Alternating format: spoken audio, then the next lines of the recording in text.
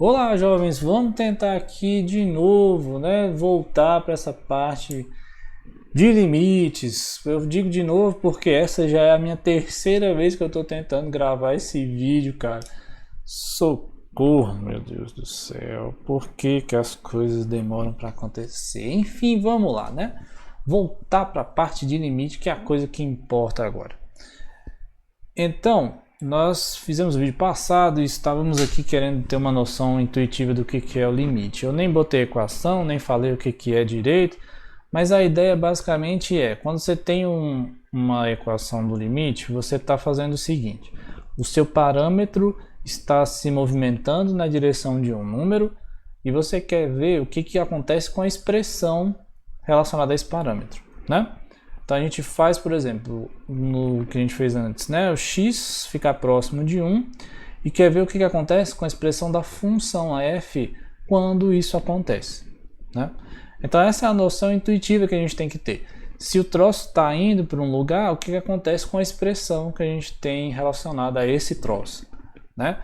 Os outros exemplos que a gente vai demonstrar que não podem ser calculados, a gente vai ver um pouquinho mais para frente.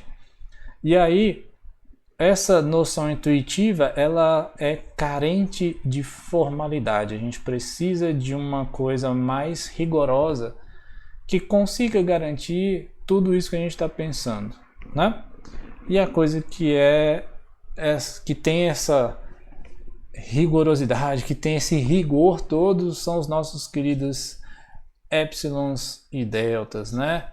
Esses daqui são as maravilhas que foram pensadas pelo matemático alemão Karl Weierstrass, certo?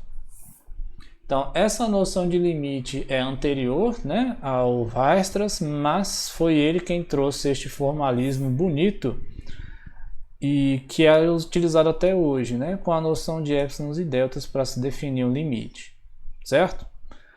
Então, eu sei que é meio esquisito, eu sei que é meio complicado, mas é a melhor definição que a gente poderia pedir para esses limites, né?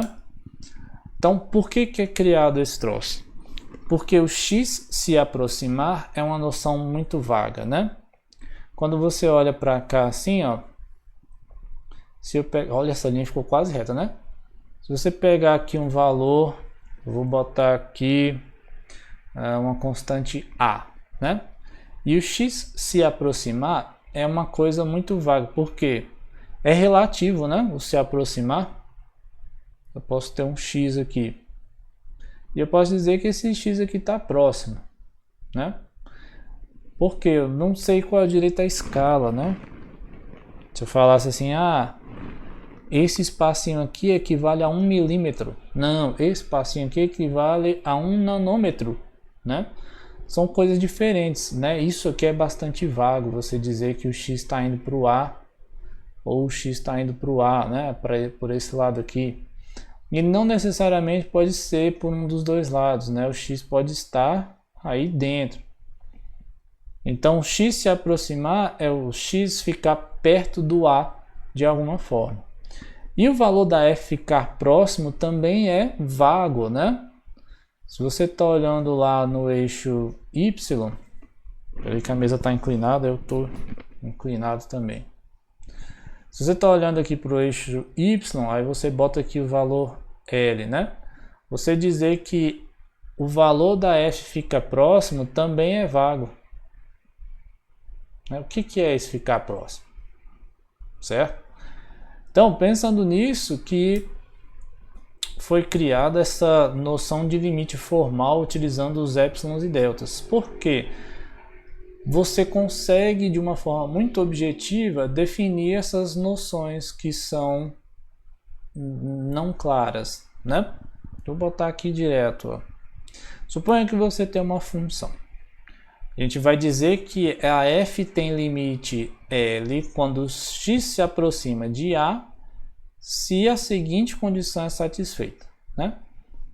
Para todo epsilon maior que zero, existe um delta maior que zero. Esse delta depende do epsilon que foi escolhido antes, tal que, se tá vendo esse símbolo aqui é a implicação, né? Se a distância entre x e A é menor que esse delta, então a distância entre f e o troço que você disse que era o limite é menor do que o epsilon.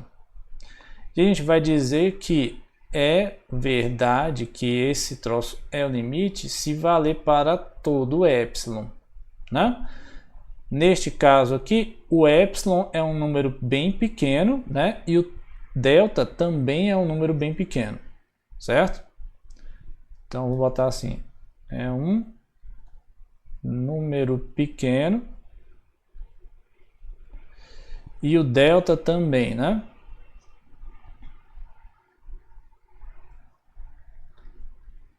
Também é um número... Eita, que a letra tá maravilhosa, rapaz. Certo? Os dois são números pequenos. Então a ideia é que para todo epsilon, então o epsilon geralmente é dado antes, que é, digamos assim, a precisão que você quer. Se para todo epsilon dessa forma existir um delta que satisfaça essa condição, então o esse o L, certo? Graficamente a gente tem esse aplicativo aqui do GeoGebra, que foi feito pelo Valdecir, que disponibilizou no site do GeoGebra, né? E aqui é para você analisar o seguinte, ó. O epsilon é o troço que você define primeiro. Então, se você botar um epsilon aqui diferente, o delta vai fazer o quê? O delta vai medir a distância aqui no eixo x, certo? Então, se o x que a gente está fazendo caminhar, no caso aqui ele chamou de x0, né? Se o x está caminhando para x0, toda vez que ele entrar numa determinada distância, né, marcada por esses deltas, vai garantir que o valor de x, do f de x, é menor que essas distâncias com os épsilons, né? Ou seja, o limite é você garantir que nesta faixa azul sempre exista uma faixa aqui laranja que fique dentro da faixa azul, né? Limitada pelos deltas, tá? Aí eu fiz também no GeoGebra uma versão que é um pouco mais interativa, né? Aqui você consegue mexer um pouquinho mais com os gráficos, consegue mexer com as expressões da função. Então eu vou usar isso aqui um pouquinho para que a gente faça alguns exemplos para, usando a definição, ainda ter uma boa noção intuitiva, certo? Então deixa eu colocar aqui o Google Chrome, que está lá nesse link que estava no PDF, vai te encaminhar para cá, certo? Então eu não sei se eu aumentar o zoom aqui, será que ainda vai aparecer? Eu não sei, gente, eu não sei. Então primeiro eu vou fazer sem mexer. Então olha só, aqui eu tenho a minha função, ó, é x² mais 1, certo? E o meu ponto A está em 2. Deixa eu aumentar o zoom para cá. Não, mas aí eu fico sem ver a faixa do delta ali, né? Ele não me deixa calcular. E eu também não sei se está todo mundo vendo. Eu vou esperar que todos estejam vendo. Depois eu olho de novo no... Depois eu olho de novo no vídeo.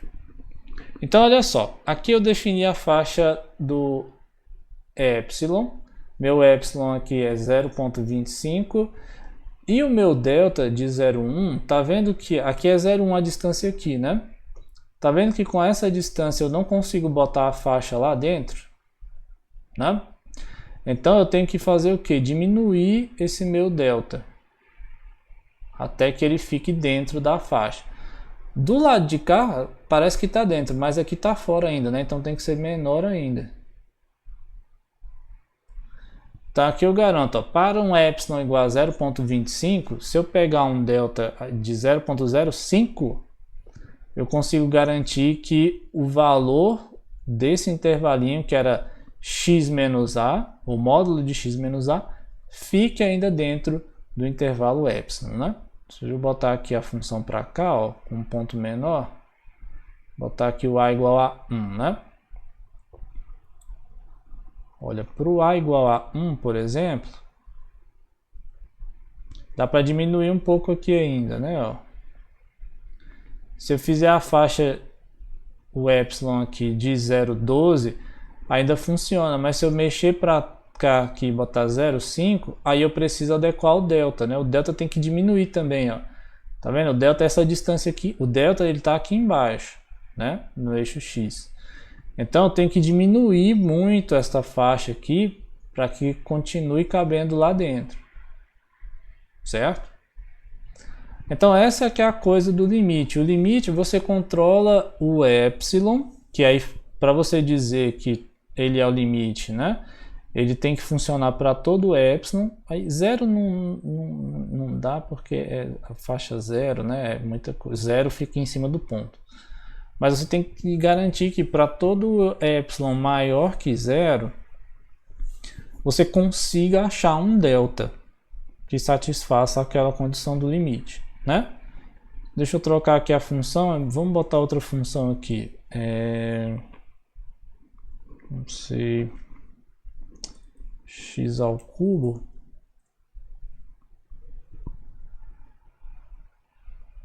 Olha, ele estragou meu desenho, gente. Puxa vida, só dá com x ao quadrado, é? Eita. Vou ter que atualizar esse negócio aqui então, cara. Ah, porque ele... Ixi, Maria, vou ter que trocar tudo então, cara. X ao quarto também não dá. Só dá se f de x for alguma coisa ao quadrado, é isso? Não, ainda ficou esquisito ainda ali, né? Ah, droga. Poxa vida, olha, não é pra fazer isso não, cara, era pra ser reto, cara, poxa.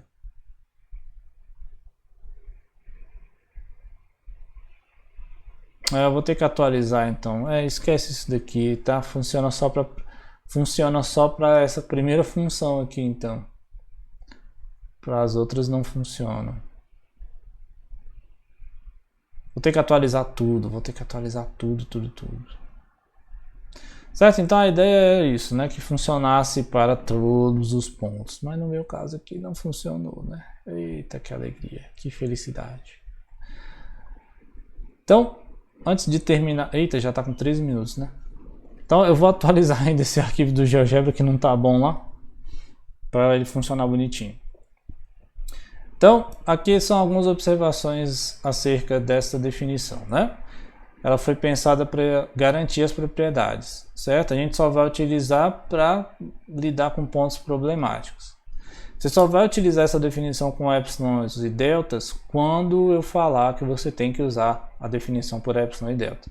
Se é só para calcular o limite, você pode calcular o limite com as propriedades, né?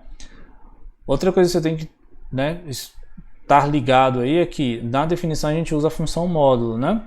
Que é essa daqui. Você lembra de como é o gráfico e são essas expressões. Então a gente usa o módulo para garantir o quê? Que você não tem que esquentar com o lado de onde o x está aproximando. Porque aí você pega a distância simétrica com relação ao ponto, né? Você pegar aqui, por exemplo, meu Deus do céu, o a aqui, aí eu falo, olha, eu vou pegar assim o a menos 1 e o a mais 1, certo? Todo mundo que está aqui dentro, se você pegar um x aqui, ele satisfaz essa expressão aqui, que é menor que 1, certo? É isso aqui que está dizendo com essa expressão com o módulo, né? Que a distância entre os pontos máximos e mínimos é 1, certo? Outra aqui, né? O limite nunca vai ser o valor da função no ponto. Você está olhando para uma vizinhança, né? O x tendendo a com essa setinha indica que ele se aproxima, mas nunca é igual, certo? E se o valor do limite é L, não é igual a L, né? Quer dizer que o valor da expressão fica próximo de L. Nunca é igual, mas também você não tem como dizer que é diferente. certo? Parece confuso? Parece, né? Mas é a questão do limite para aquele epsilon, certo? Você não precisa que ele seja igual. Pode ser? Pode. Não quer dizer que não seja. Quem nunca é igual é o x, certo? O f de x pode ser que seja, pode ser que não. O que a gente precisa é que ele fique de uma forma que não é possível dizer que é diferente, certo? Esse vídeo aqui já está grande demais, vou parar por aqui. Espero que tenha dado para ver aquele negócio do GeoGebra e no próximo vídeo a gente vai para as propriedades, beleza? Abraço, gente, até mais.